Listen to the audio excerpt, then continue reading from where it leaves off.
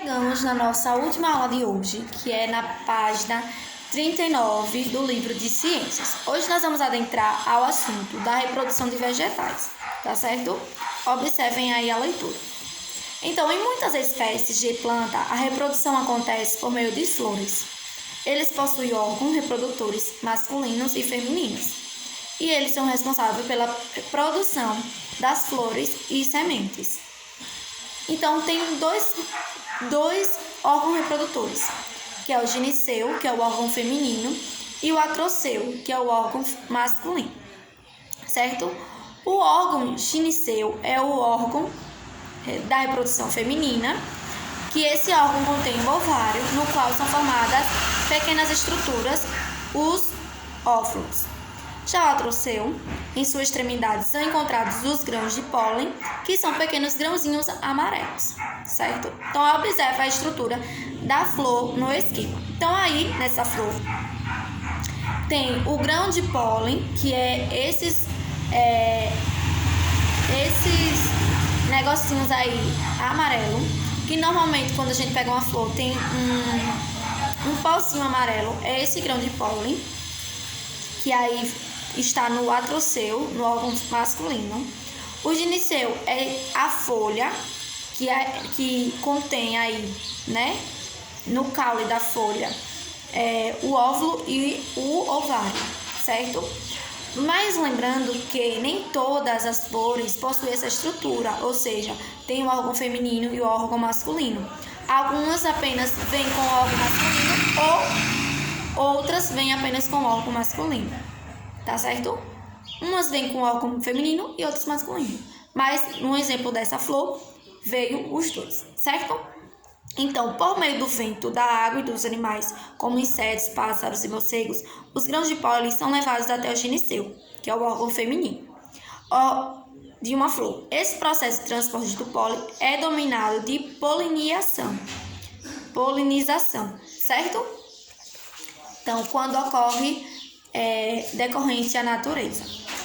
Então, quando o pólen encontra o óvulo instalado no ovário, ocorre a fecundação. Ao ser fecundado, o óvulo se desenvolve e a flor murcha. Então, o ovário cresce formando semente que poderá gerar uma nova plantinha. Nesse momento, também ocorre a formação de frutos nas plantas frutíferas.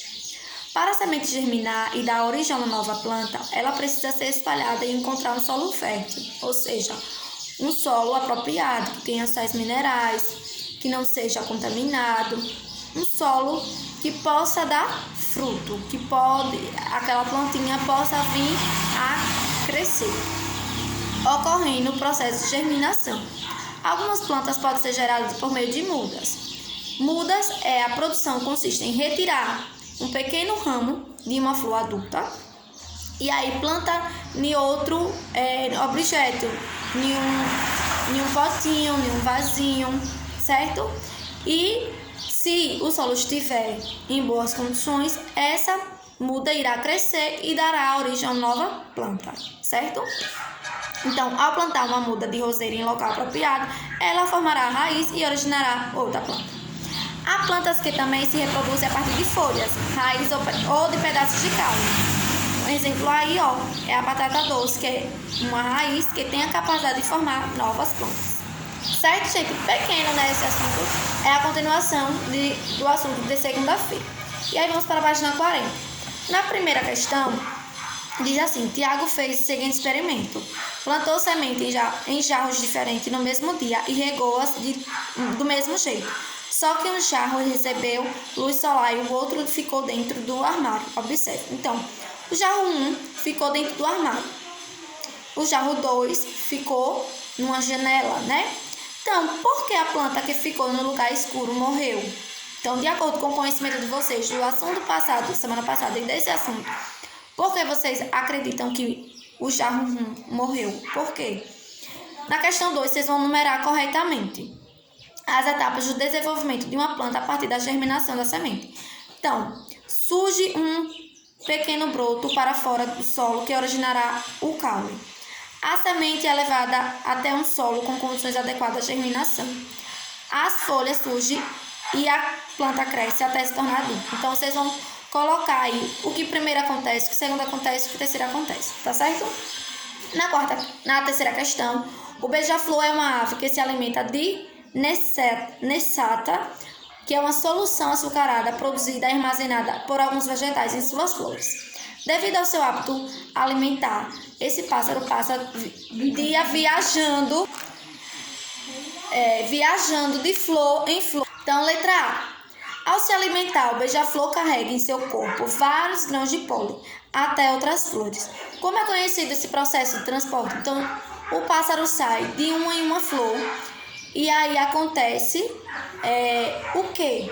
A germinação, a polinização. O que é que acontece? Como é o nome desse transporte, né? Desse processo de transporte do pólen? B. Explica o que acontece quando o grão de pólen encontra o óvulo da flor. Então, de acordo com o assunto da página 39, vocês vão estar colocando como aqui ocorre, certo? Na quarta questão, vocês vão observar as imagens e responder a pergunta: qual tipo de reprodução vegetal foi mostrada acima? Então, lembrando também que nós falamos na página 39. E aí vocês vão estar colocando no livro de reforço de vocês, na página 102, certo? Livro de atividade de reforço, página 102. Primeira questão. Como se chama o órgão de reprodução feminina da flor? Questão 2. Explique o que é polinização. Terceira questão. Ligue corretamente. Então, são responsáveis na reprodução do pólen. Onde são formados os óvulos? Então, vocês vão saber, certo? Quarta questão. Identifique as partes da flor, pintando-as de cores diferentes. Depois, escreva o nome da parte correspondente, certo? Então, vocês vão pintar a pétala de uma cor, o estame de outra, o gineceu de outra e as sépalas de outra, certo? E depois vocês vão estar colocando o nome de cada uma. Na quinta questão, escreva o nome de 2 frutos, secos e carnudos, certo? Lembrando que, como eu disse, essa é a continuação do assunto da semana passada. Então, 2 frutos secos e 2 carnudos, que é muito suculento. Então, vocês vão estar colocando. Qualquer dúvida, é só me perguntar, tá certo? E na questão 6, vocês vão procurar no diagrama palavras que completam as frases correspondentes. Então,